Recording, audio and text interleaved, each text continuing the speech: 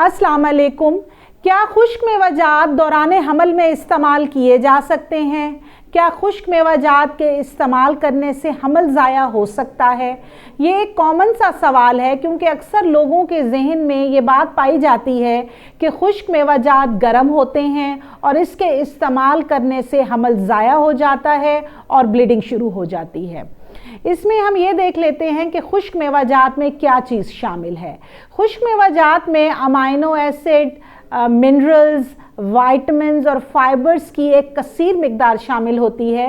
ये बहुत ज़्यादा एनर्जेटिक और हाई कैलोरीज इसमें होती हैं और ये बच्चे की ग्रोथ और डेवलपमेंट के लिए और माँ में खून की कमी के लिए बहुत ज़्यादा फ़ायदेमंद हैं।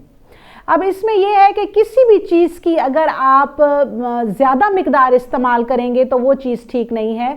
अगर आप मुतवाज़न मिकदार में खाने की कोई भी चीज़ इस्तेमाल करेंगे तो ये आपको कभी भी नुकसान नहीं देगी।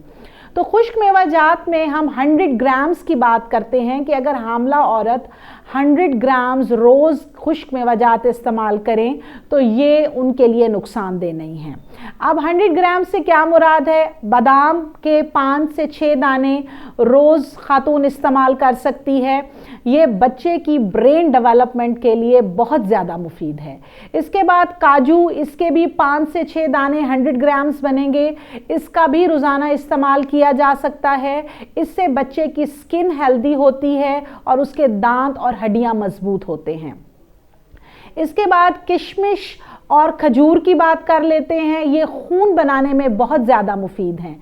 3 से 4 खजूरें रोज़ की और 5 से 6 दाने किशमिश के हामला खातून रोज़ाना इस्तेमाल कर सकती हैं। इससे खातून में खून की कमी पूरी होती है। अंजीर जो है वो खून की कमी में बहुत ज़्यादा फ़ायदेमंद है।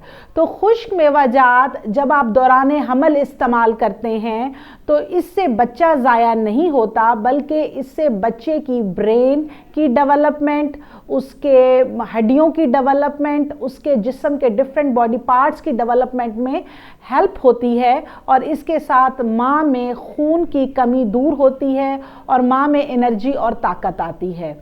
तो खुश्क मेवाजात दौरान हमल इस्तेमाल किए जा सकते हैं।